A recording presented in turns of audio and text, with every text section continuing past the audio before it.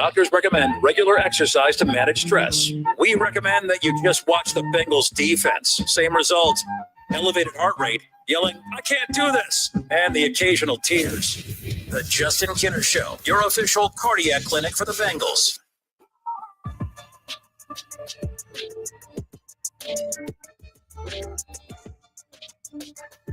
Well, I don't even know what to say. I don't even know how to approach what the hell happened yesterday. I'm trying to figure out, do I need to handle you Bengals fans with kids' gloves, or can we all just agree that, well, that Pop Warner team down on the river, as Steve from Springboro likes to call them, I think it's reached all new levels of low, right? Like, does it get any worse than what we saw yesterday? We welcome you in. Happy Monday, or maybe just for some of you Monday. I don't know how happy a lot of you are, but it is the Justin Kinner Show here on Dayton's ESPN Radio, 1410 Wing AM, 937-518-1410. That's the number to call and jump in on the conversation. You can also catch us live on the Justin Kinner Show Facebook page, ESPN Dayton's YouTube channel. And of course, if you missed the show, you can find us and then go back and listen to the show wherever you get your podcast. But let's, I think we all know how the show's opening. I think we all know what we're diving into, right?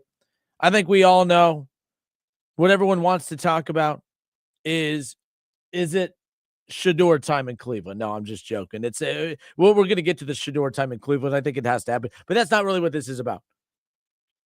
Your final yesterday at Paycor Stadium, the Chicago Bears put up 47 points on your Cincinnati Bengals and won 47-42. Joe Flacco threw for 470 yards. He threw 4 touchdowns. And the Cincinnati Bengals for back-to-back weeks put up a ton of points on the board, and they just cannot get the job done. And now we sit here, and I feel like we just have the same show every week. Man, at the end of the day, that Bengals defense really wasn't good. Man, that Bengals offense was pretty good. Man, I can't believe we lost the game. What other fresh hot takes can I truly deliver when it comes to your Cincinnati Bengals? I mean, this is just outright embarrassing. There are bad defenses, and then there's the Cincinnati Bengals. There are guys who can't tackle, and then there's the Cincinnati Bengals. There are bad teams in the NFL, and then there is the Cincinnati Bengals. Everybody, it's just I don't get it. I don't get it. And like a lot of times I like to use a moment whenever I can go back and play something and say, look, I was right about something. I was right about this team. I was right about the Cincinnati Bengals defense. I was right about the firing of Lou Anarumo. I was lying. I was right about the hiring of Al Golden. It was all just a dumpster fire decision. The Cincinnati Bengals, it was easy to get Joe Burrow. It was easy to get Jamar Chase. It was easy to get T. Higgins. It's easy to get those guys when you win 6 games in 2 years. You won 2 games, you got Joe Burrow, you got Jamar Chase, right? I'm sorry, you got T. Higgins. You won 4 games, you got Jamar Chase. Some of the guys you got during that mix as well, you were able to draft Logan Wilson. He wants to get the hell out of Dodge. You look at the fact that Trey Hendrickson was actually one of the best free agent gets over the last 5 years for the Cincinnati Bengals, and they have literally nothing to show for it. The bottom line is yesterday was just, I think yesterday was the breaking point. How no heads are rolling right now. Like, we all know Duke Tobin's going nowhere. I don't think Zach Taylor's going anywhere, and I'm not even necessarily saying that he should. But how Al Golden is still employed today is just beyond me, and I don't care how hot take-ish that sounds. The reason it's not a hot take, my hot take about Al Golden, the reason it's not hot is because he never should have been hired to begin with. Al Golden was the absolute worst freaking hire that the Bengals could have made, and they went in the direction not to improve the defense, but because it was to save money. I'm telling you right now, every little vibe about this Bengals organization is we were bullied into paying our players, and now we're going to take it out on you, and that's exactly what it seems to be. What seems to be going on here. They didn't mind paying Joe Burrow. They figured that was going to be the case, but they also figured that if we paid a guy, that he would actually be able to sneeze and not be on the IL or on the injured list or whatever the hell we call it in football. We would like to pay a quarterback a lot of money and not have him, be out for 2 months, 3 months every time he sneezes.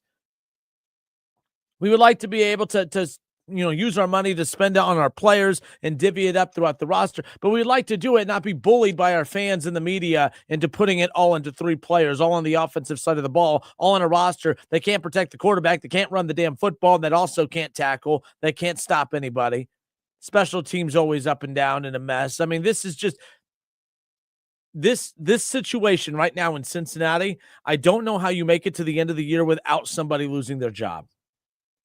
I don't know how you make it to the end of the season without somebody losing their job. And because we know how this is going to go, the Cincinnati Bengals are not going to move on from anybody.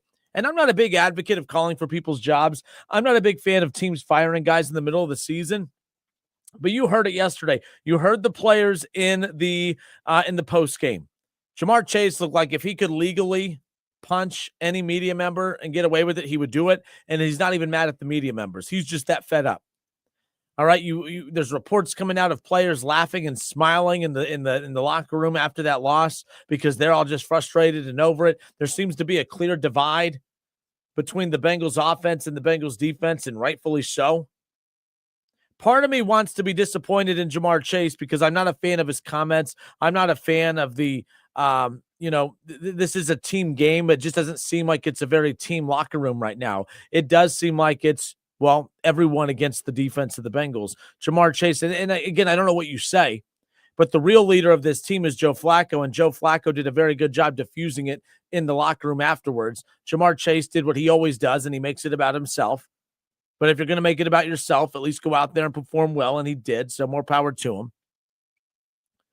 But I just, the more things change, you get a Joe Burrow, a Jamar Chase, a T. Higgins, the more things change, the more they stay the same. You get a generational quarterback, all right, you get a generational talent at wide receiver, you get 2 number 1 wide receivers, and it's like, okay, they're trending in the right direction. Things are changing. They got to a Super Bowl. The more things change, the more they stay the same. Things started to slightly change. They were a team that was in the Super Bowl.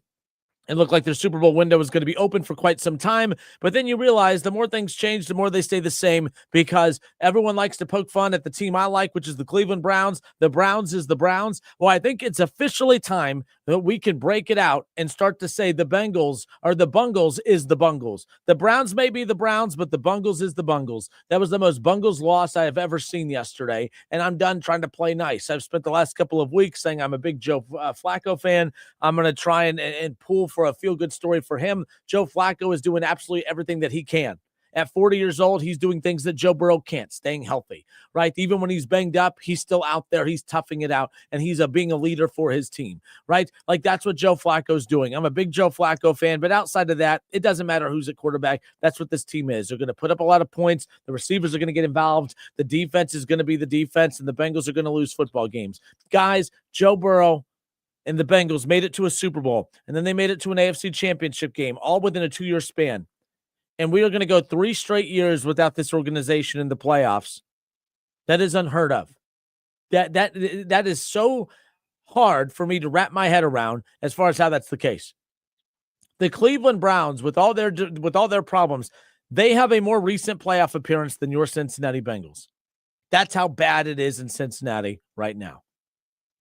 I mean, I cracked this mic today not really knowing what I was going to say, and I think you guys are getting that vibe right now, but that was an absolute embarrassment yesterday. And if it wasn't for Joe Flacco and that offense, okay, if it wasn't for Joe Flacco and that offense, there wouldn't be a single reason to talk about this team, to go to Paycor Stadium and watch this team, to listen or watch this team. There's literally nothing about the Bengals organization that is worthy of being talked about outside of Joe Flacco, Jamar Chase, and T. Higgins, because it's all bad. And by the way, I saw the little the clip of Brown yesterday in the post game talking about calling out the defense. I'm going to go out on a limb here. All right, I'm going to go out on a limb here. I think that Chase Brown should kind of be quiet. I don't think as Chase Brown, who's supposed to be the premier back for this team, who had 11 carries for 30 yards, I don't think Chase Brown, is allowed to sit there and tell the defense that they just need to make one play. How about you pick up 1 first down, Chase Brown? How about you, in an offense that is as explosive as it is, and you don't play a single role in it, how about you do something? I had a huge problem in the postgame yesterday with Chase Brown talking. As I said earlier, Jamar Chase, he wants to voice his frustrations. He wants to let people know that he's not happy. He gets paid $40 million a year. He's arguably the best wide receiver in football. And when they do win games, and the only reason they have a chance to win football games is because of him, he's allowed to be frustrated. Chase Brown, sit this one out, dude. Sit this one out. I mean, yesterday, Chase Brown, 11 carries for 37 freaking yards, no touchdowns. How your team put 42 points up on the board? Offense wasn't a problem. You had 37 yards on the ground. That's it. You played zero role in yesterday's game, but yet you're taking shots at the defense. If it wasn't for Jamar Chase and T. Higgins, you wouldn't get to sit there and puff your chest and act like you get a chance to talk about everybody else. I'm so over Chase Brown and they can't run the football. It's embarrassing. That's how good Jamar Chase is. That's why I've totally changed my tune on this dude. They are so freaking dominant, Jamar Chase and T. Higgins, that this team still has chances to win with the worst defense in the NFL, one of the most embarrassing run games in football.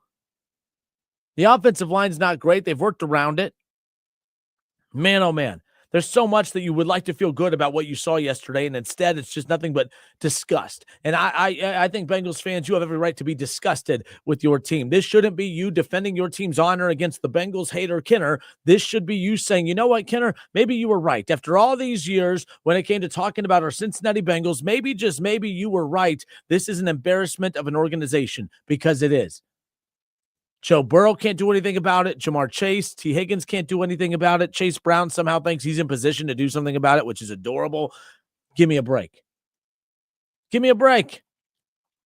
I'm Justin Kinner. It's the Justin Kinner Show here on a Monday. All right, we are ranting right now. I was pissed off. That was a hell of a game. I love that game yesterday. I hate the finish.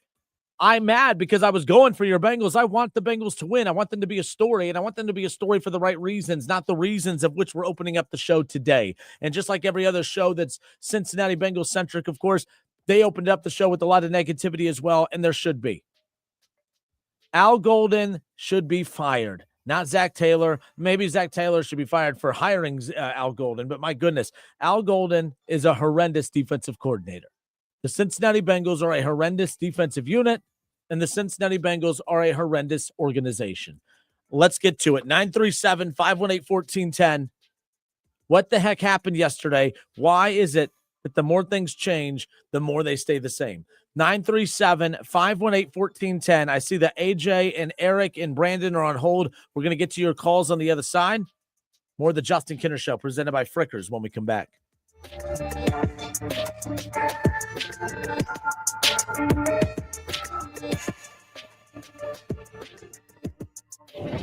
Today's forecast, 100% chance of overreactions, heated debates, and a slight drizzle of hope for Bengals fans. Sorry, guy with Burrow jersey. You're listening to the Justin Kinner Show, 1410 ESPN Radio. ESPN 1410 Wing AM weather. Our forecast, mostly clear.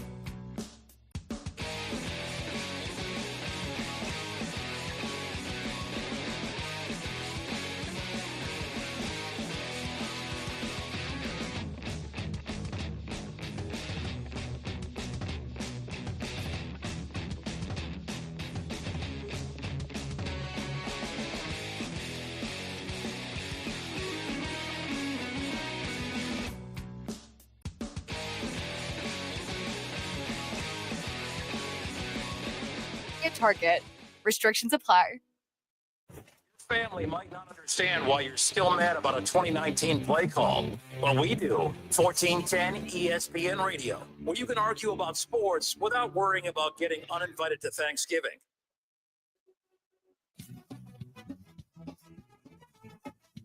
All right, everybody, we welcome you back live here on a Monday, the Justin Kinner Show, presented by Frickers. Frickers, your home for fun, food, sports, and spirits. All right, good stuff. Look, the Bengals go down yesterday, 47-42.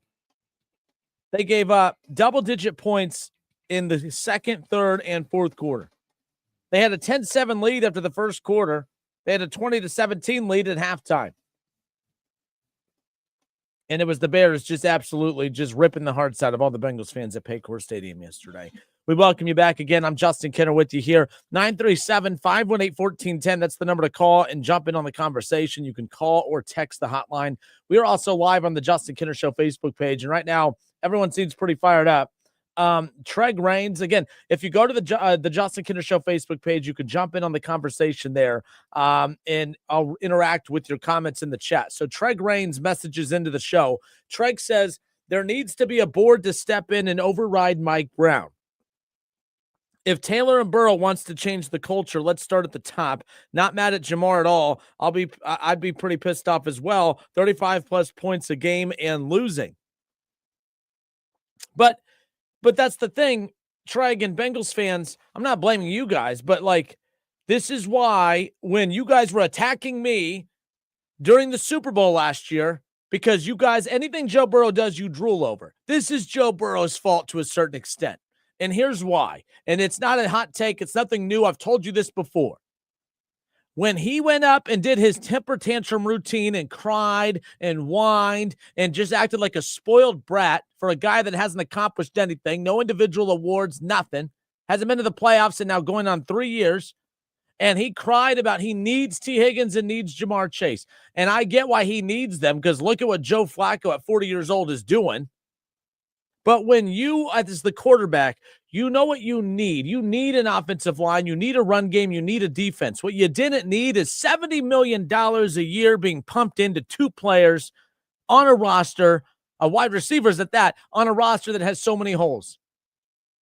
How is it that someone like me could see how bad that defense is, and I'm a 5'5", unathletic boob in Dayton, Ohio, but Joe Burrow, who is a quarterback savant, can't see that, hey, our defense is booty cheeks. I don't get it. I don't get it. I don't feel bad for Joe Burrow. I don't feel bad. I do feel bad for Joe Flacco. All right. But, because Joe Flacco wouldn't be goofy enough to go and say, you know what? We won 9 games this year and lost a lot of games this year, and we missed the playoffs because our defense was bad. But I know I'm going to go on every national show possible, and I'm going to cry and complain because we need more wide receivers. He has a lot of power. Joe Burrow does. And this is his fault. This is what you wanted. Because even if Joe Burrow was healthy, this is what the season would be doing. I don't agree with anyone that says, man, if Joe Burrow was healthy, this season really went off the tracks when Joe Burrow went out. I disagree. Joe Flacco has just been absolutely phenomenal. He's been absolutely phenomenal. I don't get how at 40 years old he's able to do what he does. He's able to technically do what he does because of what Joe Burrow wanted, which was 2 number 1 wide receivers. That definitely helps. Zach Taylor, who everyone likes to bury, his play calling, his offense with those two, technically those two with any quarterback there, they're phenomenal. Don't turn the ball over on Zach Taylor's offense, and you'll be just fine. Because that's ultimately what cost Jake Browning his job. Jake Browning put up big numbers in Cincinnati, but he turned it over. Joe Burrow has limited turnovers. He puts up big numbers in Cincinnati. The offense is great. Jake Browning, when he wasn't turning it over, the offense was great. Joe Flacco, he doesn't turn it over. I know he had those interceptions yesterday. That one on a Hail Mary, scratch that one. He did throw that interception late, which almost cost him. You don't turn the ball over in Zach Taylor's system, you'll be just fine. That defense is horrendous. Someone has to hold somebody accountable. And at the end of the day, it does come down to, it's very simple. It's Al Golden. Al Golden should not have been hired to begin with. Al Golden, I should not be using time on my show to talk about firing Al Golden, because Al Golden should have never been hired to begin with. Cincinnati is on pace to have one of the worst defenses in NFL history at this point. Through 9 games, the Cincinnati Bengals are giving up 33 points per game.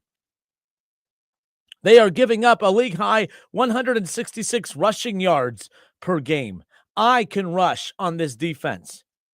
I don't even need to put pads on because that's how much confidence I have that I'm not going to get freaking hit. In fact, when I do my live shows, when I take this show on the road in front of Bengals fans, I have a higher percent chance of getting hit by one of you than I do one of them sorry-ass defenders on the Bengals defense. The defense has given up to this point.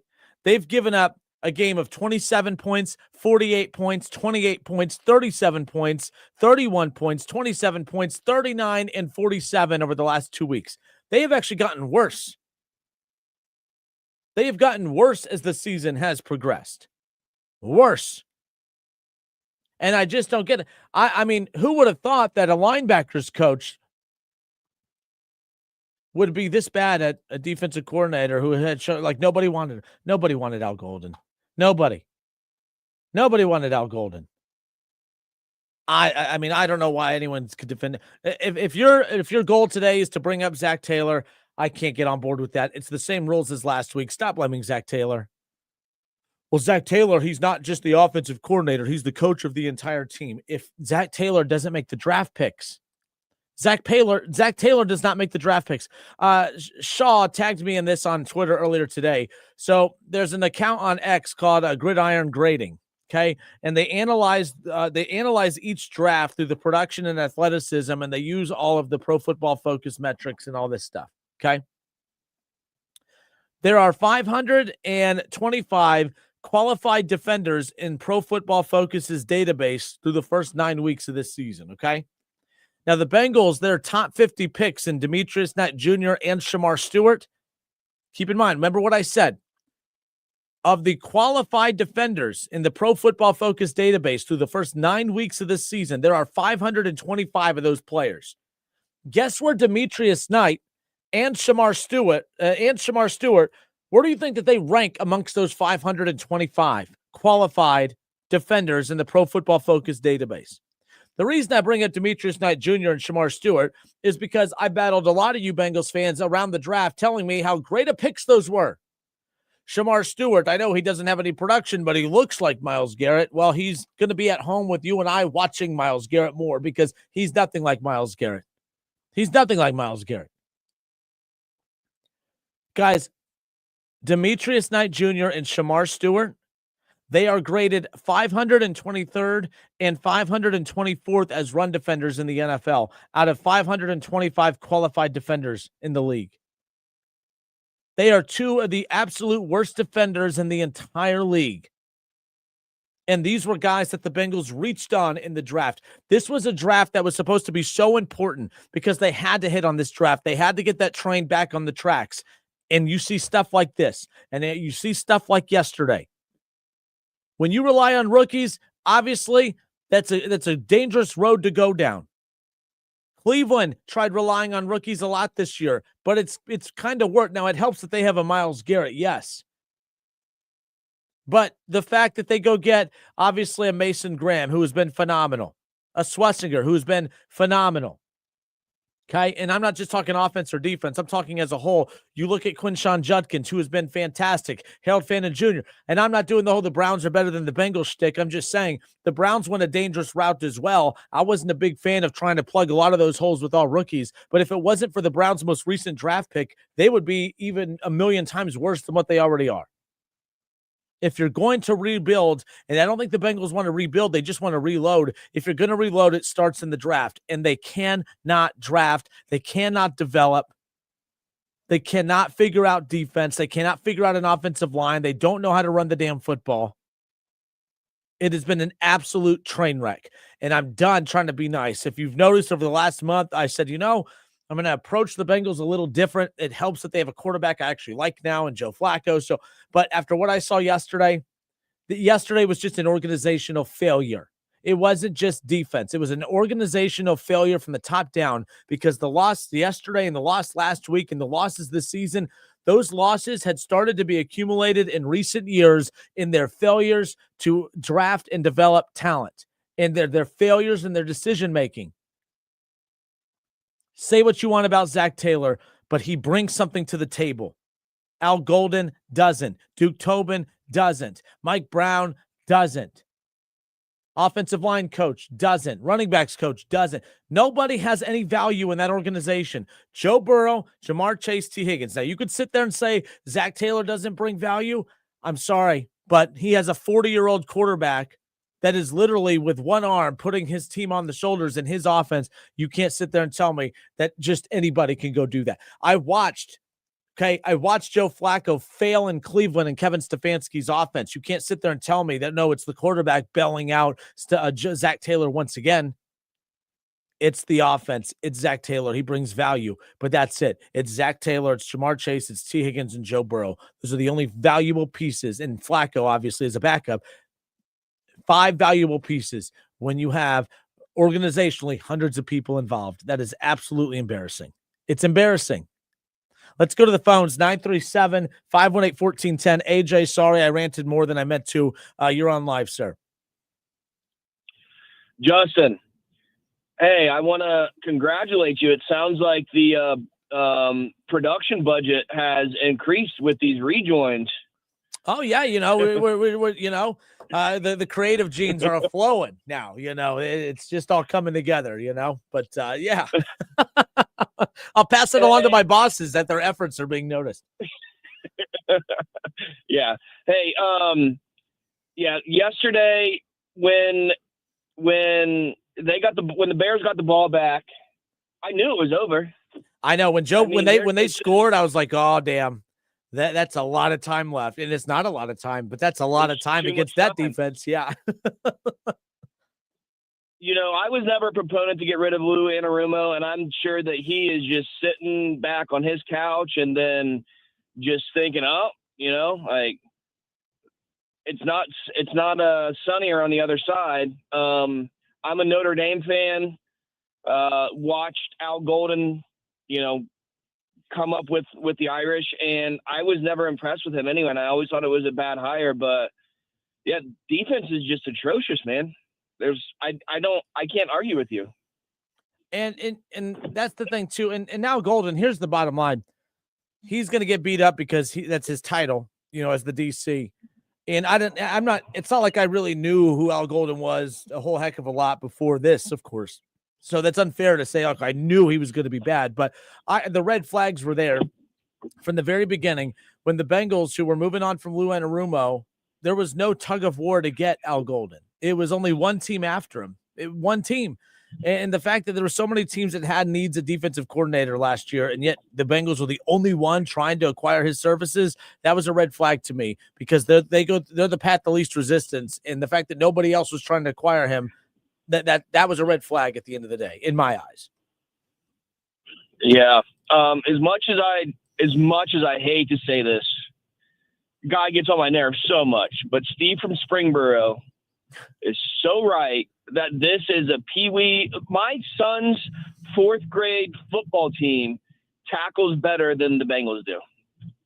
I mean, do you realize how bad things have just gotten? That Steve from Springboro, my guy, by the way. Okay, he's my guy. I'm not taking shots at Steve. I love Steve.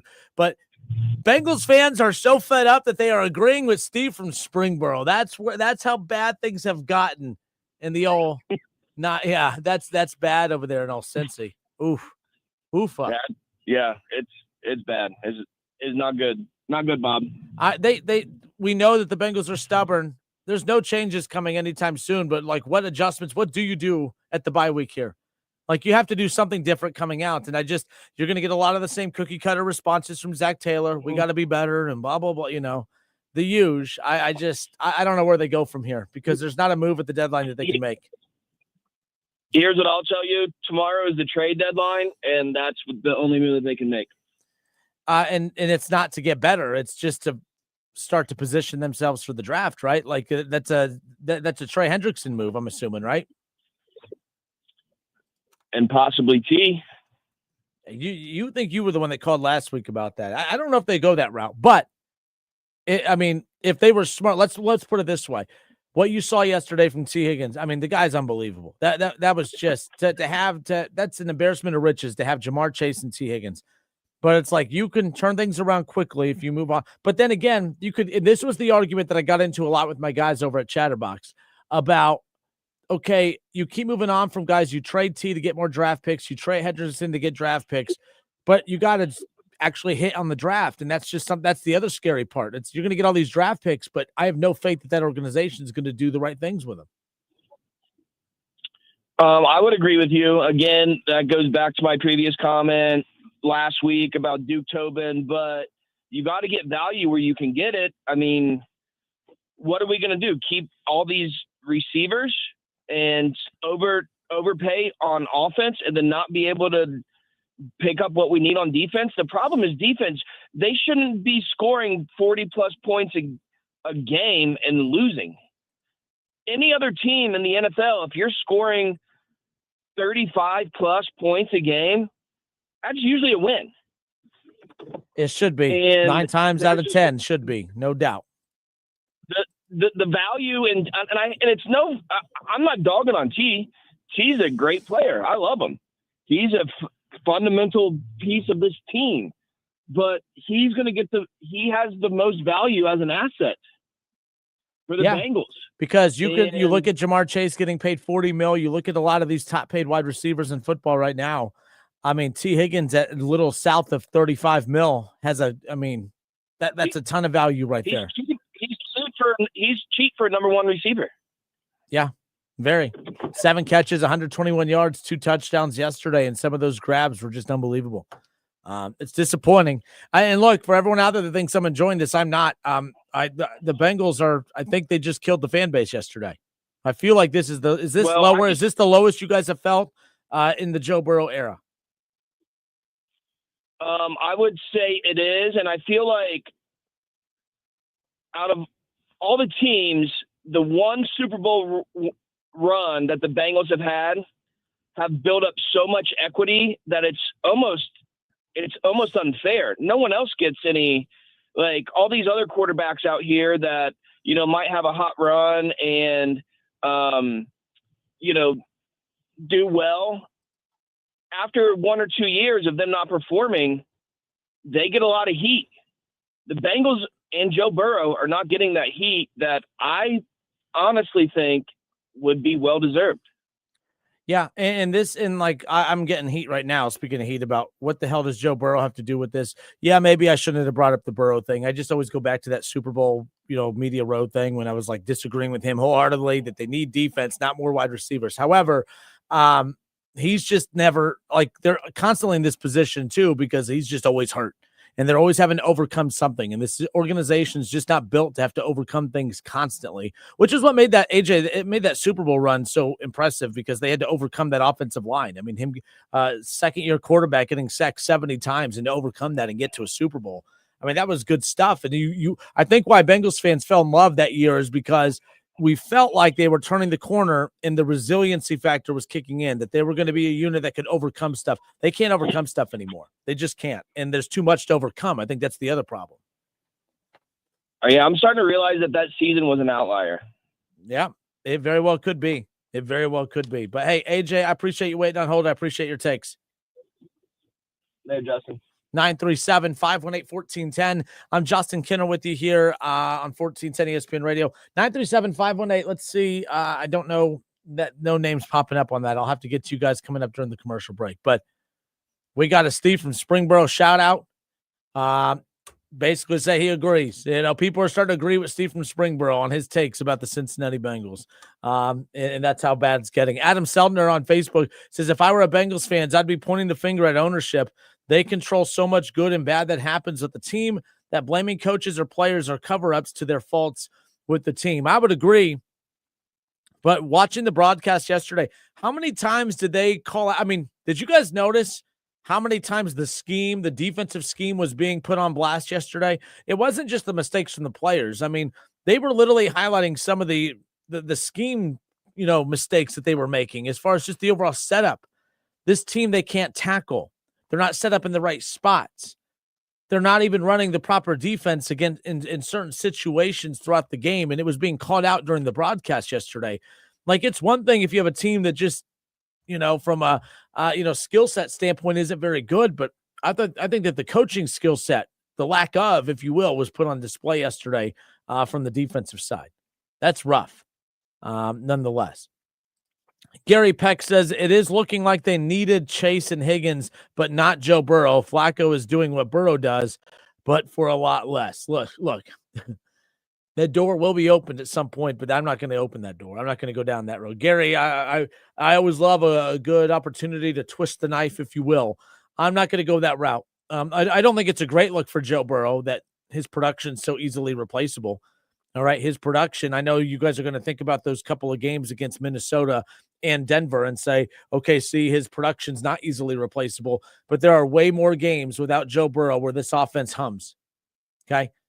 2 years ago when he was out and Jake Browning took over, the offense, they've still finished above 500. They finished the season with 9 wins with Jake Browning. They won a lot of games with Jake Browning. They put up a lot of points with Jake Browning. They lost games because of defense. And then you get Joe Burrow back, and they put up a lot of points, yes, but they lost games because of defense. And then this year, pretty much the entire season without Joe Burrow, they're putting up a lot of points, and they're losing games because of defense. Joe Burrow's production, Joe Flacco's not Joe Burrow, okay? Joe Burrow's an elite quarterback. But, man, so is Josh Allen and Lamar Jackson and others, and when those cats are out, their teams disappear. And you're going to say, well, the Bengals, how have they not disappeared? They've lost all but one game since his departure. Yeah, but not because of offense. Joe Flacco was unbelievable yesterday. Unbelievable. He threw the ball 47 times. He has one arm right now. He threw the ball 47 times. He completed 31 of those. He threw 4 touchdowns.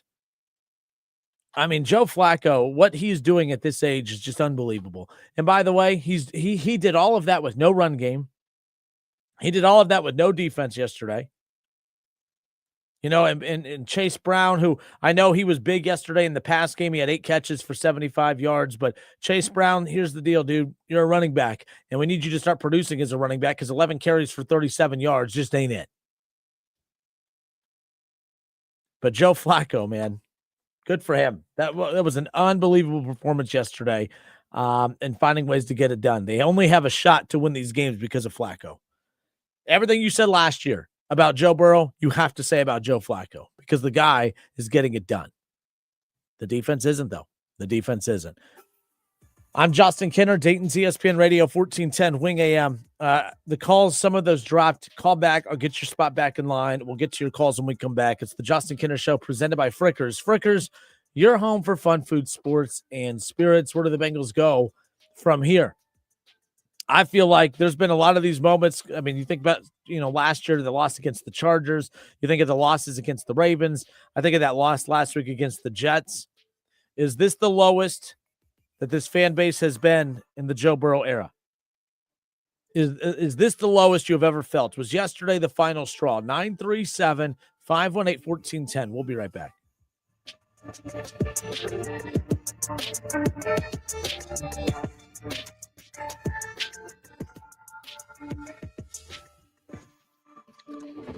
Today's show is brought to you by False Hope Energy Drink. One sip, and suddenly you believe this is the year the Bengals get an offensive line, maybe even a defense. Warning, may cause midseason meltdowns and off-season excuses. The Justin Kinner Show, powered by pure, unfiltered sarcasm. And, oh yeah, False Hope Energy Drink.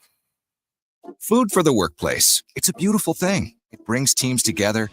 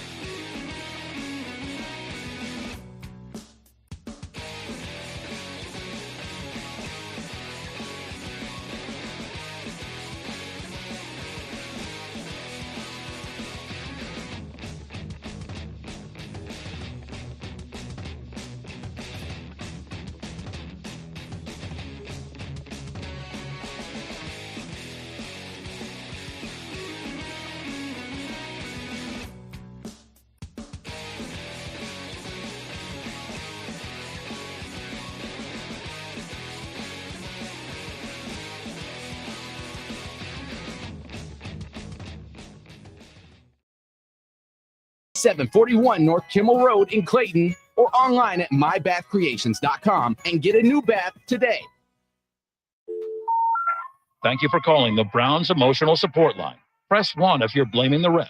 Press 2 if you're blaming the quarterback. Press 3 if you're blaming the head coach. Don't worry, we've got you. 1410 Wing AM, the only station where it's safe to scream into your radio.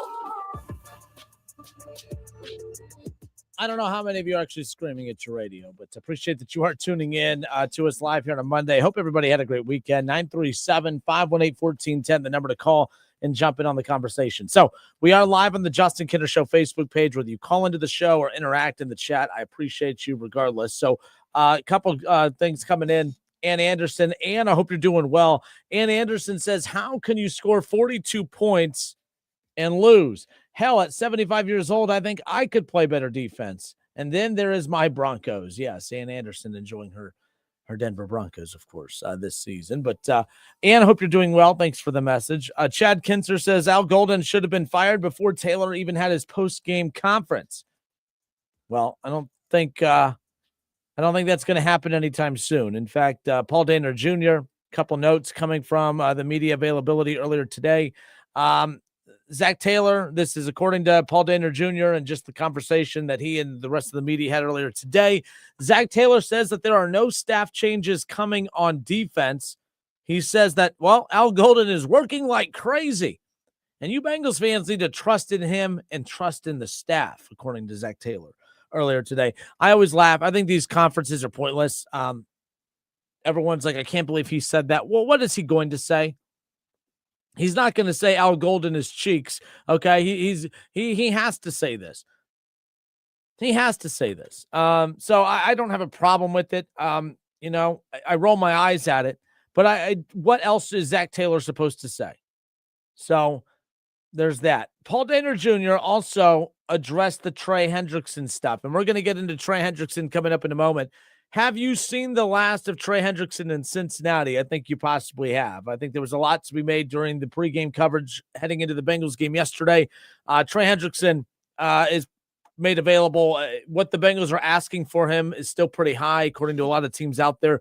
There was a trade for a pass rusher earlier today that was involved the Eagles, and the Eagles have been linked to Trey Hendrickson. So it sounds like that's not going to happen now, but we'll get to that more coming up.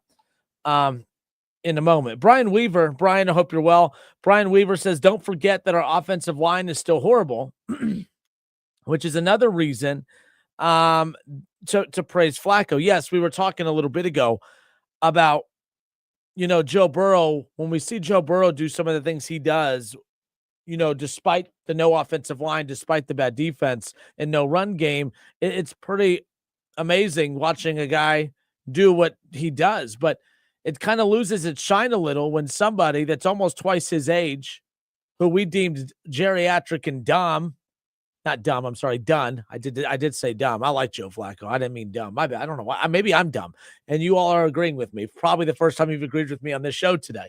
But we all thought that Joe Flacco was geriatric and done. And for him to go take over this offense with that bad offensive line, with their inability to run the football, and think about how gassed he has to be, by the way.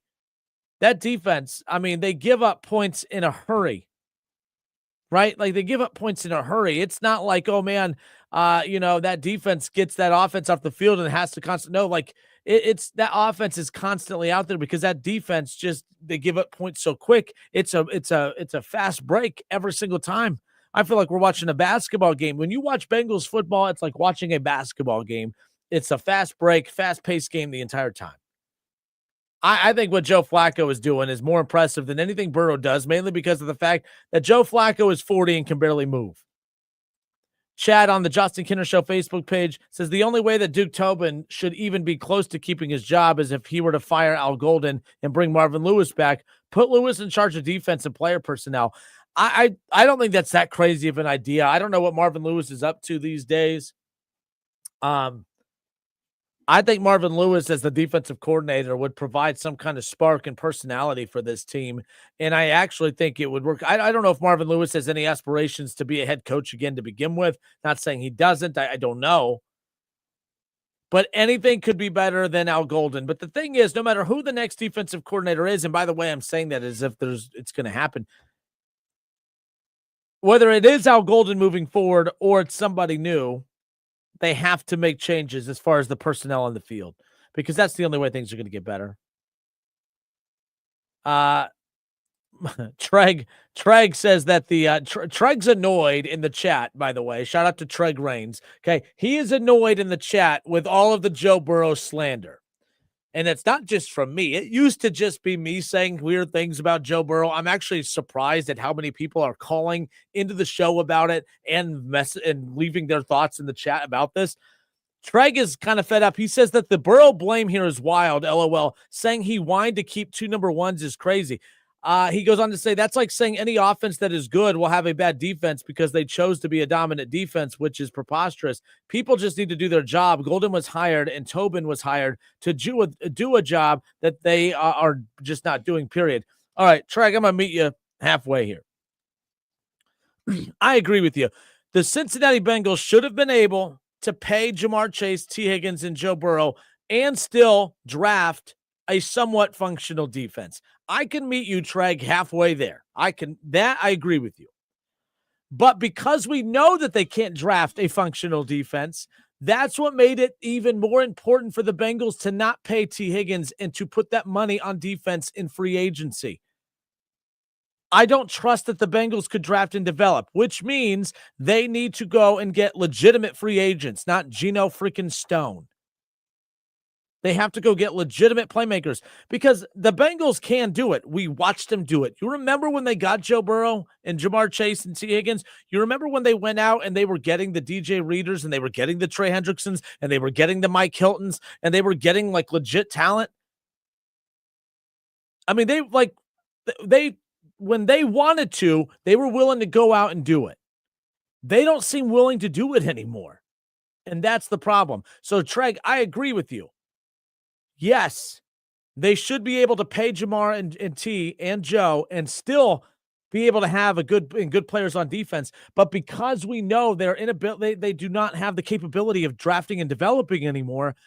That's why T. Higgins was not necessary. That's why T. Higgins did not need to come back, and that $35 million a year needed to be distributed between a linebacker or two, or a cornerback or two, or a pass rusher. So that's where I'm at. And not every situation, when people bring up the Eagles, well, the Eagles could do it. Well, the Eagles they have people with brains in the front office. The Bengals don't. They have to think smarter, not harder. And they think a lot, but it doesn't get them anywhere. It doesn't get them anywhere. So, Treg, that's where I disagree with you. I mean, I want to agree with you because from a concept-wise, yes, the Eagles have figured it out. The Lions have figured it out. But the Niners have figured it out. But what do the Lions and the Niners and the Eagles all have in common? They can all draft and develop. The Bengals can't. So if you can draft confidently and develop at a high rate and have, good young players that you don't have to pay right now, you could pull it off. They can't pull it off. They can't pull it off. So that's where I'm at with that. All right. Wow. Look at that. Hour 1 in the books. It's the Justin Kinner Show presented by Frickers. Frickers, your home for fun, food, sports, and spirits. Here's the deal. Tomorrow, okay? Tomorrow is, and yes, Treg, they all have better ownership. That's the thing. Yes. I think we're both saying the same thing. I'm just saying it's because they don't have that side covered. That's why it was not smart to do the T. Higgins deal. But it's fun to watch them. Yesterday's game, if you're not a Bengals fan, I don't know how you can't have fun watching the Bengals. They're fun every week. Every week, I feel like the Bengals make me say, I can't believe that just happened. The sad thing is we're going to get to a point where, I can believe it just happened. And maybe for some of you, that was the case yesterday. Okay, good stuff. 937-518-1410. If you want to call into the show, that's the number. Hour 2 coming up next. The trade deadline is tomorrow. Trey Hendrickson, will you ever see him play another snap in Cincinnati? We'll discuss when we come back. Hour 2 coming up next.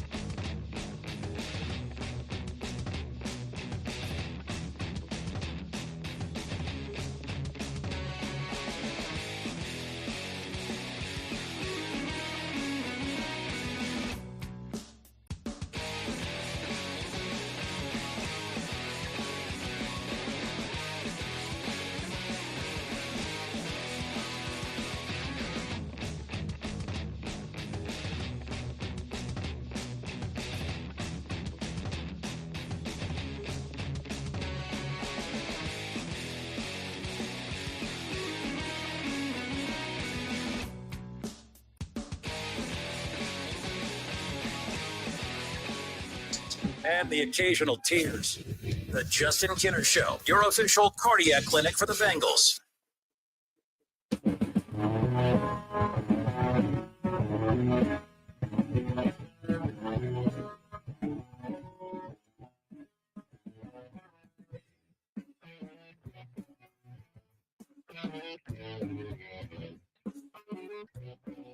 Paul Dehner Jr.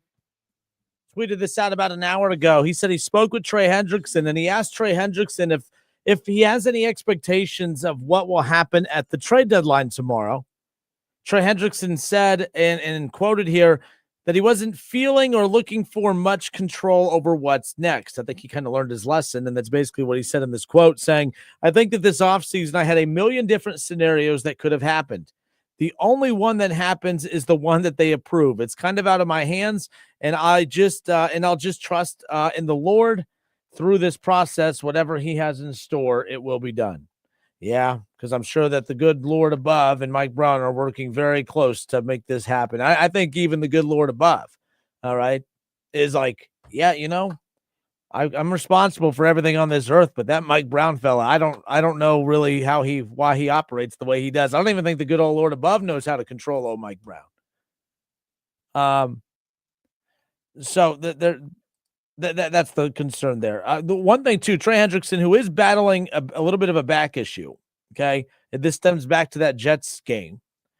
Hendrickson said also that he absolutely took an issue with the hit in the back that he took from the Jets offensive lineman John Simpson that set back his injury. The injury report said that he re-aggravated the hip. That's public information. Landing there was unfortunate. That's 2 games I did not see my opponent. That's also new. Taking shots in the back is not something I typically enjoy. Very new, unfortunate. Look, the bottom line is I don't know how injured Trey Hendrickson is. I don't think the Bengals, I do wonder if the Bengals are still very much so in this. I almost wonder if he plays yesterday. And if you're saying, well, are you saying you don't trust the injury report? It's exactly what I'm saying. I don't trust, for one, with all the stuff going on in all these leagues and everything. I don't trust any of the stuff that's put out there. I don't care. I just don't. I don't trust that Trey Hendrickson is as banged up as what they say. The Bengals don't want to put Trey Hendrickson out there and risk him getting hurt and lessening his trade value. And Trey Hendrickson doesn't want to get seriously injured before heading into the trade deadline. And I actually think that this technically doesn't help. I think it might scare some teams away. Earlier today, it was announced the day started with the big trade over in the NFL when the Eagles, they landed Jalen Phillips in a trade with the Dolphins. The Eagles added another top player to their defense ahead of the trade deadline, acquiring outside linebacker Jalen Phillips from the Dolphins. Now, Dolphins coach Mike McDaniel confirmed on Monday afternoon that Phillips had been traded. The Dolphins will receive a 2026 third-round draft pick in the deal. And that's kind of where we're at. Now, Phillips has 3 sacks in 9 games this season. I think that's his 26th in his 5-year career with the Dolphins. He's a 2021 first-round pick. And he's scheduled to become a free agent after this season, very similar to the likes of course, Trey Hendrickson. Now, the Eagles have been busy, right? There were links yesterday. There was talks yesterday. The Eagles have been linked to a lot. As a Browns fan, there was a lot of talk this week, or I should say last week, Sports Talk Radio in Cleveland, because it had been reported that the Eagles were willing to give up at the very least 3 first-round draft picks to acquire Myles Garrett from the Cleveland Browns. Now, that's without hearing that from Adam Schefter or whatever, but there was enough smoke that led to their people believing there was almost a fire to be able to talk about it. And then you see that the Eagles, who are, then they were linked to Trey Hendrickson, that they had been in talks with the Bengals yesterday. Obviously, the Bengals and their typical stubborn selves, they can't get out of their own way. And the Eagles send a 3rd round pick to Miami. Now, a 3rd round pick, obviously, you would like something more than that for Trey Hendrickson, but it's just the point that how aggressive are the Bengals trying to be here? I think too aggressive is the key, but not aggressive to move them. They just want as big a return as possible, as they should, but they're not going to be able to get out of their own way. Sometimes they lack a little self-awareness. the Eagles want Trey Hendrickson, but if this back injury is what they say, then, maybe that knocks it down a bit. So maybe faking the injury, if that's what they're doing, allegedly, who knows? But the Eagles have been busy, okay? Because they also acquired Jair Alexander in a separate trade last week to help bolster the defense. And they also they landed Michael Carter II, another cornerback. And then, of course, they just got Jalen Phillips here. The Eagles are positioning themselves for a second half run.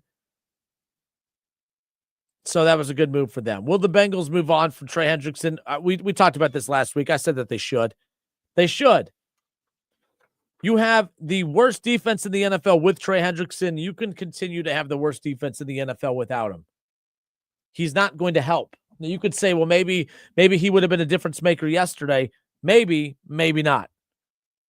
But the Bengals have lost a lot of these one possession shootout games with him on the field. And I'm not saying and it's not all on him. I'm just saying, like, they're not a Trey Hendrickson away. If anyone thinks that they're a Trey Hendrickson away from beating the Jets or what we saw yesterday, that's just not accurate. And I think that when you have as many holes as that they need to fill as they do, I think not moving on from him is reckless. I really do. 937-518-1410. Roger, you are on live, sir. Thanks for holding. Me? Hey, Roger, you're on live, sir. How are you? I'm just fine. Little history. I went to the Bengals Freezer Bowl in 81 Oh, yeah? or 82. Yeah. I was at the Pittsburgh game when Perfect intercepted the ball with 1:25 left to go on the Pittsburgh 25-yard line, and they ran the ball and fumbled it on the first play. Yep. I've seen enough Bengal debacles over the years, but this defense is probably the worst of the worst. I went to yesterday's game, and I tell my wife all the time, hey, the Bengals can still come back and win this. The Bengals can still come back and win this. And she's telling me, what do you watch that shit for? Well, sorry about that. Anyway, I'm at the game yesterday. 2 minutes left to go. They throw the interception. I tell my daughter, let's get out of here. I missed the 2 touchdowns that take him in the lead, and I missed the touchdown that lost it. And if they would have won the game, I would have really felt bad.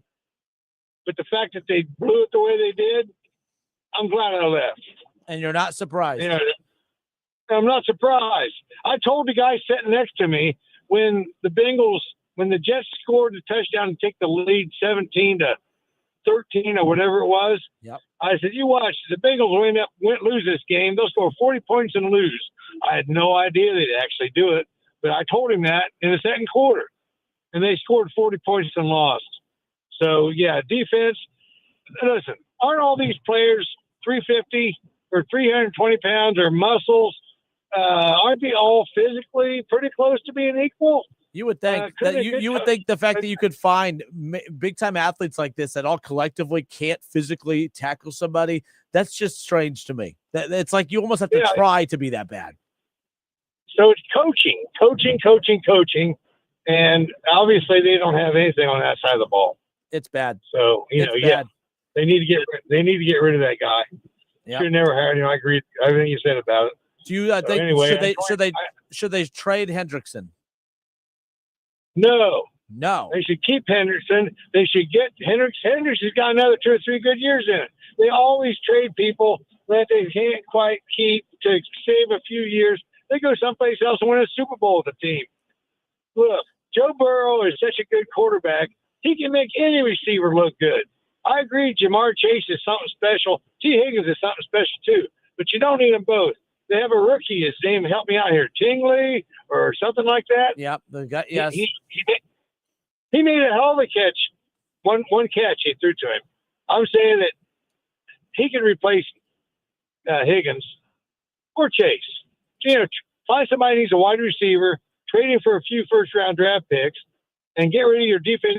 All Burrow needs is a halfway decent defense. He can make any receiver look good. That's the hope. That's the hope. And I think they were hoping to just have an average defense, and this is a little slightly less than below. That's for sure. Yeah, listen. Yep. Not good. I moved to Arizona, and I fly back once a year to see a Bengals game with my daughter. We saw them lose to New England the first part of the season a couple years ago. We saw them lose to Washington last year. And this year, you know, my daughter hadn't seen him win a game yet. And Really? I'm spending all this money I'm spending money to fly back here to, you know, well, let's pick a game out they can win this year. Yeah, they ought to be able to beat the Bears. Yeah. So here I am. Well, I'm still you're in a good. Ohio. I'm still in Ohio. Let's go ahead. No, I was gonna say you're a good dad at least. You got that going for you, so you're good. You're good. Yeah, I understand. Well, have a good day. You too, sir. Appreciate you. 937-518-1410. Shaw, mind your business. Ron, how is it that, like, in the two people that caught what he said? Look at Ron Howard right away responds. David Shaw, the two that have cursed the most on this show that I've had to put in. Me and Kev had to literally suspend Shaw from the show. He wasn't allowed to call in for 3 months because he couldn't control his language on the show. What the hell is that about? Come on now. Good stuff. Johnson Kinner Show presented by Frickers. Frickers, your home for fun, food, sports, and spirits. The Dayton Weight Loss Secret Program has successfully helped thousands of people, including myself, lose 20 to 30 pounds in a month or two. Schedule your free consultation in person or virtually by calling 937-999-1480 or online at DaytonWeightLossSecret.com. More of the Justin Kinner Show when we come back.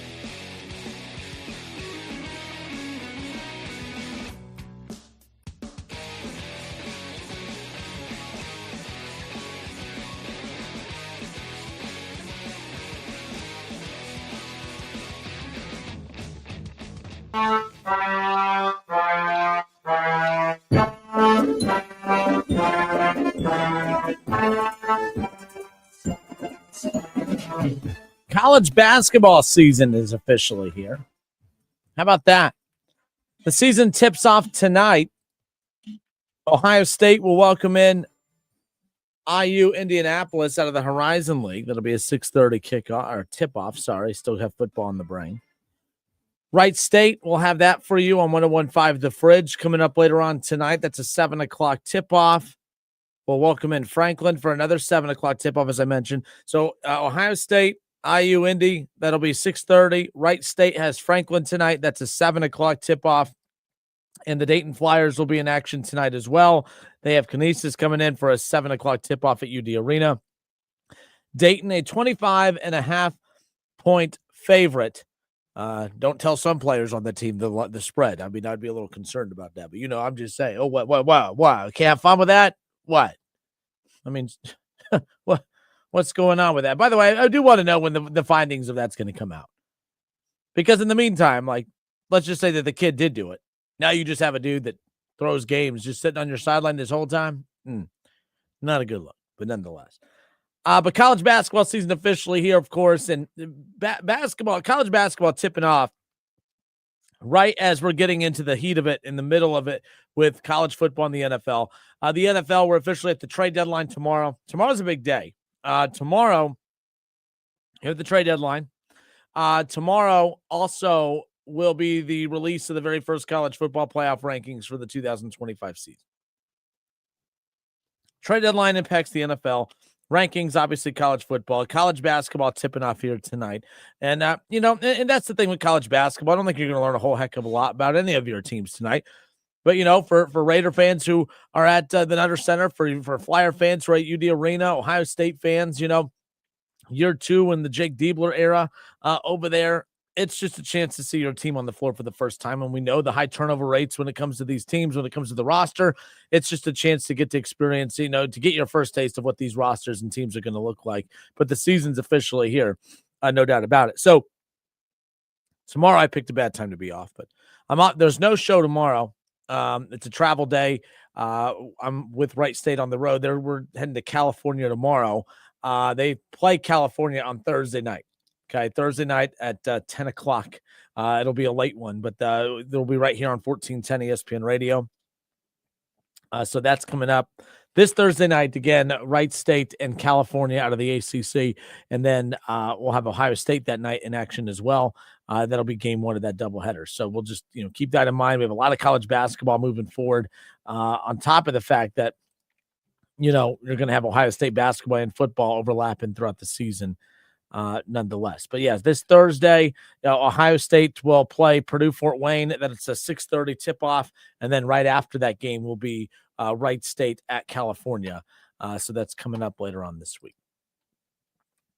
I want to talk college football. We'll step away. We're going to pause for just a few seconds, but when we come back, we are going to dive right into the Ohio State's win over Penn State. It was the final audition, if you will, for a lot of teams before the rankings come out tomorrow.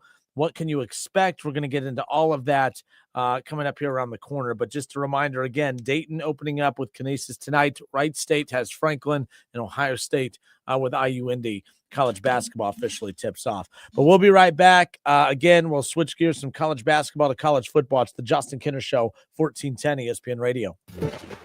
This segment of Flyers Talk is presented by Crosstown Avoidance Insurance. Protects against the risk of Wright State looking like a rival you actually play. Okay, I have to tell you, I was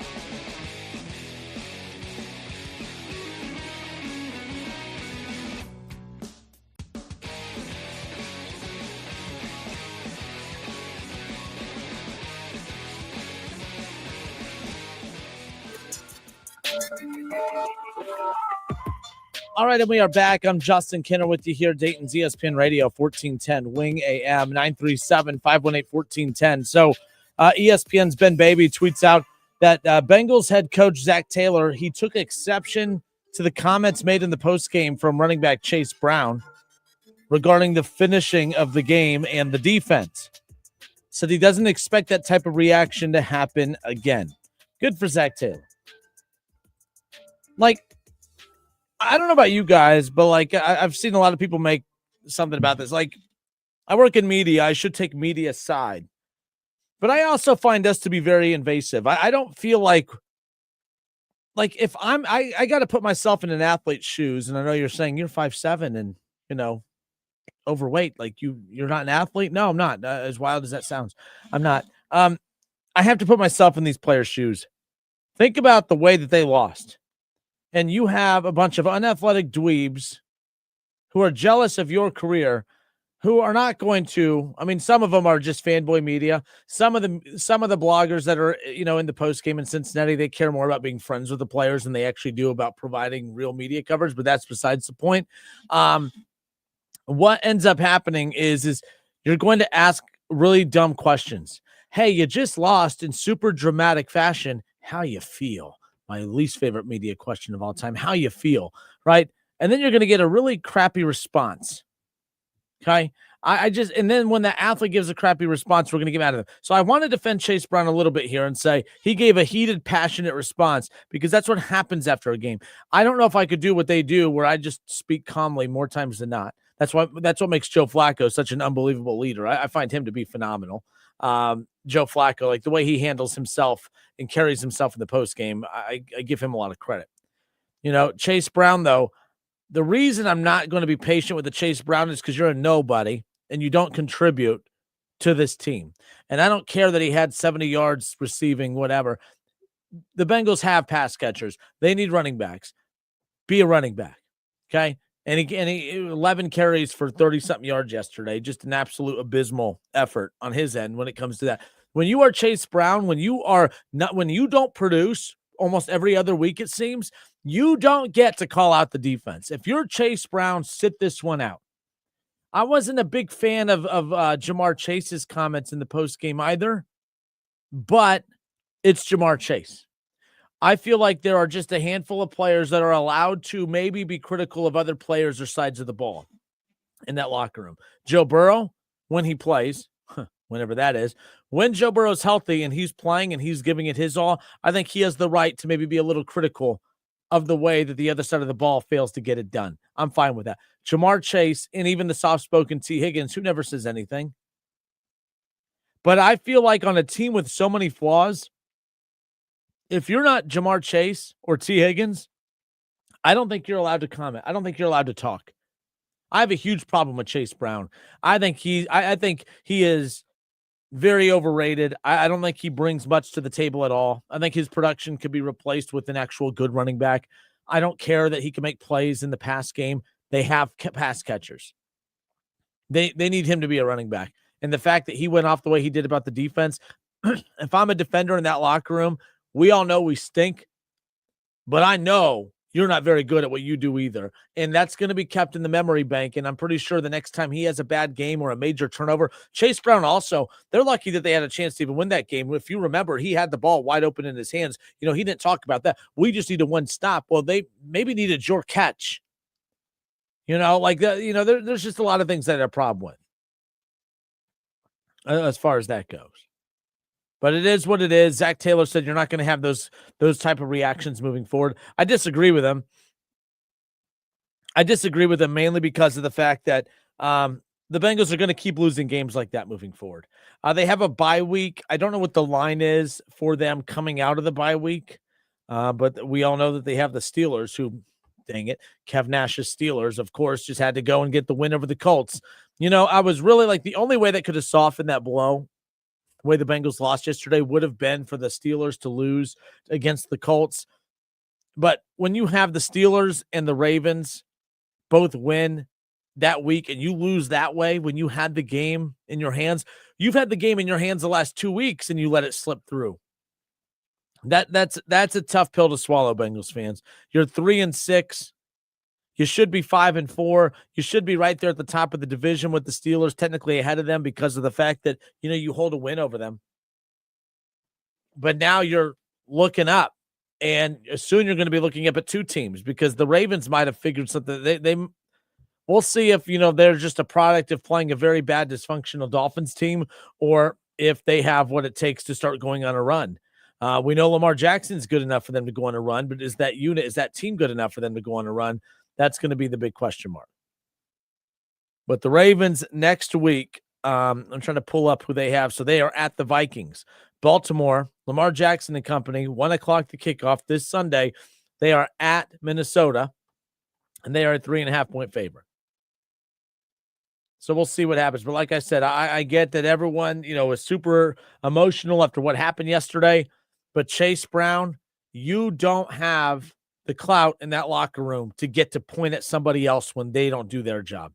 Because more weeks than not, you're not doing yours. And as far as I'm concerned, and you could bring up the total yards aspect, you could bring up the fact that he had, 70-something yards through the air yesterday. That's fantastic. I need you to be a running back, dude. And carrying the ball 11 times for 30-something yards, that's not going to get it done. And it didn't get it done yesterday. Because that's the other thing. Chase Brown's inability to do his job is also why that defense hurts them the way that they do. The Bengals have one speed, and it's full throttle, full speed ahead. They don't get to coast. Imagine having a vehicle, driving a car with no cruise control. That's the Bengals. They can't put anything on cruise control because they can't run the football. Can you imagine if, they were able to run the football and take time off the clock and to keep that defense off the field? You know what I mean? Like, the Bengals have one way of scoring and one way only, and man, are they good at it. They score, and they score quickly, and that's the problem. And it's not a problem, but it's a problem, right? It's a problem that's created based on their deficiencies. That's my problem with it. And if Chase Brown was good at his job, then they would be able to take more time off the clock, and they wouldn't have to constantly put that defense back out there and put the game in their hands. Late in the game, they should have been able to run the ball better against the Jets. They should have been able to run the football better yesterday. That's kind of where I'm at as far as that goes. But you look at some of these issues that the Bengals have had, and it's all on defense. Yes, everyone thinks that offense is perfect. But to me, that offense is not perfect. They are just so damn elite at passing the football that we just think that they don't have a lot of deficiencies and flaws. Their offensive line stinks, and they can't run the football. Chase Brown last week, okay, did have a touchdown, yes, but Chase Brown has not been elite. Samaje Perine, who was just like a lazy offseason addition, had a bigger game than he did the previous week. I'm not a Chase Brown guy. Chase Brown's not good enough to make those comments that he did. This is a guy that when they lost to the Lions had 8 carries and 27 yards. When they lost to the Packers, he had 9 carries for 42 yards. When they lost to the Bears yesterday, 11 carries for 37 yards. I'm sorry. Shut your mouth. You don't get to talk. He had 43 yards on 21 carries against the Browns. He carried the ball 16 times for 47 yards against Jacksonville. My personal favorite performance of the guy that felt he had the right to call out the defense yesterday was when he ran the ball 10 times for a total of 3 yards in week 3 against Minnesota. 10 carries for 40 yards against Denver. 8 carries for 27 yards against Detroit. 9 carries for 42 yards against Green Bay. And then I talked about the 37-yard performance yesterday. This dude thinks he gets to call out the defense? Are you kidding me? Nope. I can't do that. I can't get on board with that. I just can't. All right, I wanted to talk college football. Sorry, I just got distracted by that tweet and the response. Nonetheless, there's going to be a lot to be made of it. Trey Hendrickson yesterday, earlier today, he's quoted as saying that he's not paying attention to trade rumors ahead of Tuesday's deadline. The first comments, he talked about the injury, the hit that knocked him out of the game against the Jets. But the quote that has everybody talking right now from Trey Hendrickson, I am sick for the fans. I am sick for the people that come and watch us. Man, I don't know what to make of Trey Hendrickson, man. Like, he says the right things, but it's what he says every year when he's like, get me out, I want out of here. Like, it's tough to rally behind him. You know, that last caller, he brought up a good point. I'm adamant they should trade Trey Hendrickson because you have the worst defense with them. You can have the worst defense without him. But when you look at how bad they are, like, should they just extend them? Like, the only way the Bengals are going to get out of their own way is to start doing things differently. And, like, I get that they have that philosophy on the 30-year-old pass rusher, and I didn't agree with it, but I didn't disagree with it either. But they can't sit there and continue to preach their philosophy on things when this is the product that's thrown out there every week. I just think that having Trey Hendrickson out there is a building block. And I think it would be very silly at this point because you have literally nothing. You guys, they have nothing. There is not one bright spot on that defense. Literally none. When they would, we were at Frickers yesterday doing the Sunday morning show. And when the Bengals would make a big play, they would start jawing and start taunting and doing stuff. And Shaw was there and some others. And we're all looking at each other like that was kind of cringe. That was kind of uncomfortable. Like, you're a laughing stock of a defense. You don't get to do that. Like, but that's how bad this defense is. I'm like, you take Trey Hendrickson out and he's been out. Who's there? Nobody. They don't have a single soul that is worth a damn on that defensive side of the ball. None. It's frustrating. I don't even know where to start. Where do you go? In the last 5 years, you moved on from Jesse Bates. You know, you've moved on from some of your key leaders. You moved on from, Jermaine Pratt's not an elite defender, but my gosh, I thought he was bad last year. He's not worse than what they have rolling out there this year. I mean, Logan Wilson is like, that's the other thing too we need to bring up. Is Logan Wilson bad, or are they just, well, he doesn't fit our scheme? Is Logan Wilson bad, or is he a good defender that they're just choosing not to use because he doesn't fit our scheme? And maybe change your scheme? You're going to move on from a captain at this deadline, or you're just not going to play him the rest of the year because the scheme? I just, nothing this team does makes sense.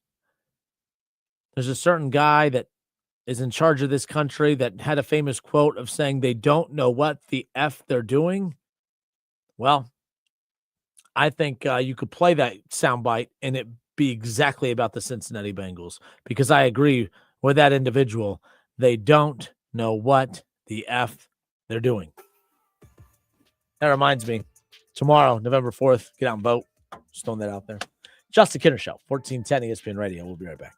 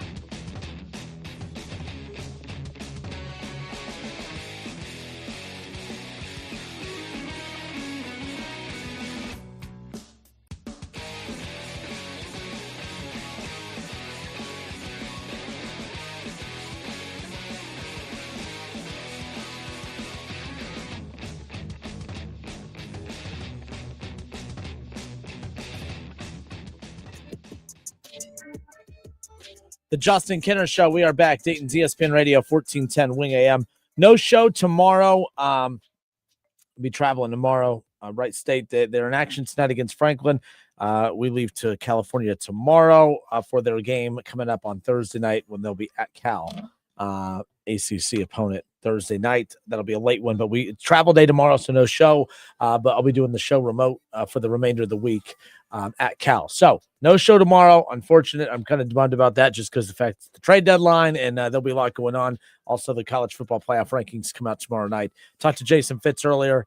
Last week was a scheduled nightmare for both of us, but he'll be back for his regular scheduled visit on Wednesday when we return to the airwaves. We'll have Paul Keels, the voice of the Buckeyes, on Thursday.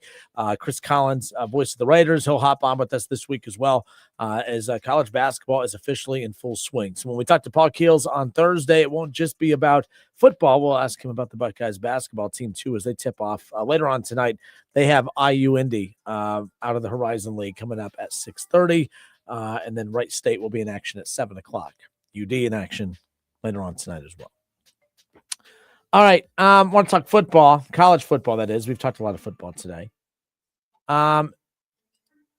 Ohio State, they come away victorious over the weekend. No, and I shouldn't say no surprise there, but there was a little resistance. Penn State did put up a little resistance, and I figured that they would. Look, Penn State, it's been a nightmare of a season for them.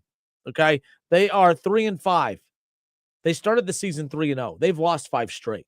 This is a team that was picked by many. We kicked off the college football season. We had Phil Steele from the Phil Steele College Football Preview Magazine.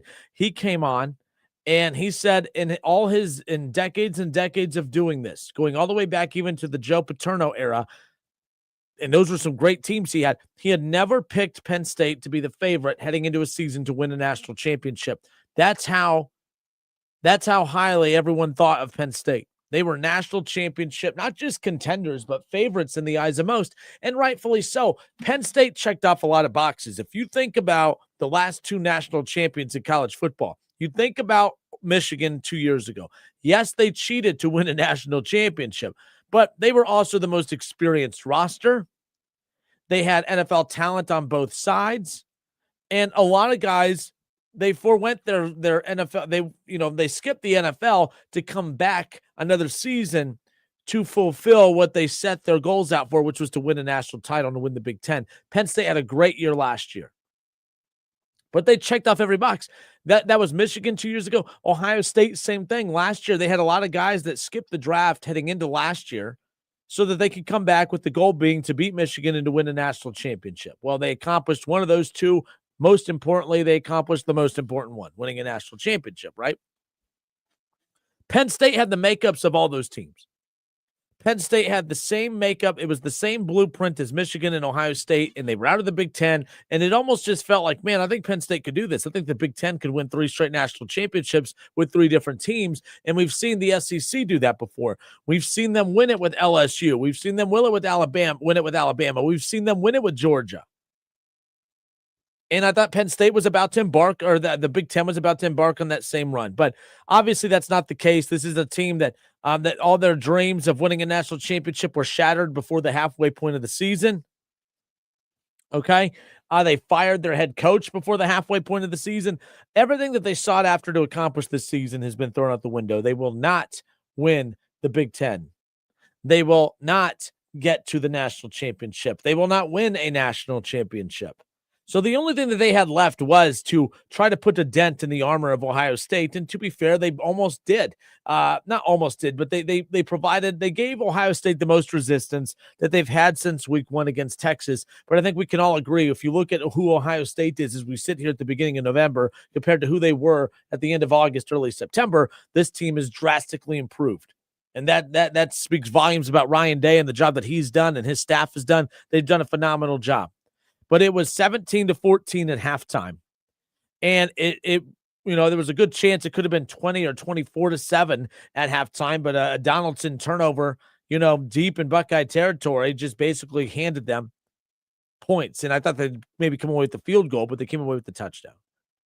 But to their credit, and I talked about this with Byers because I was at the game over the weekend, and so was KB. And one thing we talked about when we were watching the game was there was a stretch where coming out of the tunnel at halftime, Ohio State, they send their band, not their band, but their cheerleaders out on the field. They beeline it out there. And then Penn State, they were instructed to just bolt out in front of Ohio State. And it led to there was almost a scuffle. The crowd starts booing. And I'm like, okay, they're feeling themselves. Penn State, that was a big deal. They weren't leading at halftime, but it felt like it. They may as well have been leading at halftime because, man, Ohio State, it was like you felt like they were toying with their food. I mean, Tate was unbelievable. Jeremiah Smith, we're talking about Julian Sain here in a moment. But the Buckeyes should have been up way more than what they were, only 3 measly points. But to the Ohio State's credit, Penn State was trying to poke the bear, and they got clawed. They got pounded right away. They got beat up right away. And Ohio State just came out and made quick work. 21 unanswered points in the second half. Penn State didn't even score a single point. Ohio State physically dominated Penn State, and it was refreshing to see. You know, for years, I mocked Ryan Day. When Ryan Day would do the whole, we're a tough football team, I would always respond with, no, you're not. You're not. Ohio State's, they have not been a tough football team for a while. They're not tough in the trenches or haven't been. This is a tough football team, though. I agree with it 100% now. I'm a Ryan Day, who I've always been kind of lukewarm on. I can't believe the job he has done at Ohio State over the last, not even calendar year. Over the last 11 months, what he has been able to do is pretty damn remarkable. I just don't get it. I've never seen it. Like, we're watching a lot of programs who have just pulled the plug on their coaches. Every Sunday, a high profile name, Gus Malzahn most recently, every Sunday, not Gus Malzahn, sorry, but every Sunday, a high profile coach has been fired, right? Every Sunday. And I keep thinking, every one of those coaches were at a point that we felt Ohio State was at with Ryan Day after that Michigan game last year. The Buckeyes stuck with their head coach. And now look, we forget that the narrative was just that this guy can't win big games and that his teams aren't tough. Now all Ryan Day does is win big games, and his teams are physically dominating teams. Ohio State had not physically dominated teams in forever. They're physically punching teams in the mouth right now. It's been quite a turnaround. And no one deserves, like, I'm so happy. Like, when the Buckeyes achieve something, I'm so happy for Ryan Day because I think he deserves it. He was at the bottom of the barrel. I mean, fans, including us, we were burying the guy. And for him to turn it around the way he has, I give him a ton of credit. And I think there's a reason while all these other programs are floundering and trying to reestablish their culture, there's Ryan Day. The culture was don't quit, don't give up. And that sounds so generic and so cheesy and all that, but damn it, it's just cool seeing Ohio State do this the right way. And they've adapted to the NIL practices and principles, and yet they've been able to keep the good chunk and core of their roster. The season's not done yet. They got to go out there and finish the job. But to be at this point, for Ryan Day to completely flip the script on the narrative, that was a hell of a win over the weekend. And by the way, Julian Sain, we're going to spend more time on this later in the week. Julian Sain might win a Heisman this year. That's pretty damn remarkable as well. I mean, I think Julian Sain can win it, and I think he should. He's so dang efficient, 20 of 24 for 311 yards and 4 touchdowns. Carnell Tate's a freaking beast. Unbelievable. All right, everybody, thank you so much for tuning in and hanging out. We do got Wright State basketball coming up later on this evening. No show tomorrow. I'm on the road with the team. We're heading to California for their game on Thursday, so a travel day tomorrow. No show, but we'll be right back on Wednesday. Jason Fitz from Yahoo Sports will join us as well. Until then, thank you, everybody. Have a great rest of your Monday night. Hang out with us later tonight for Wright State basketball at 7 o'clock. But until Wednesday, this has been the Justin Kinner Show, presented by Frickers. Frickers, your home for fun food, sports, and spirits.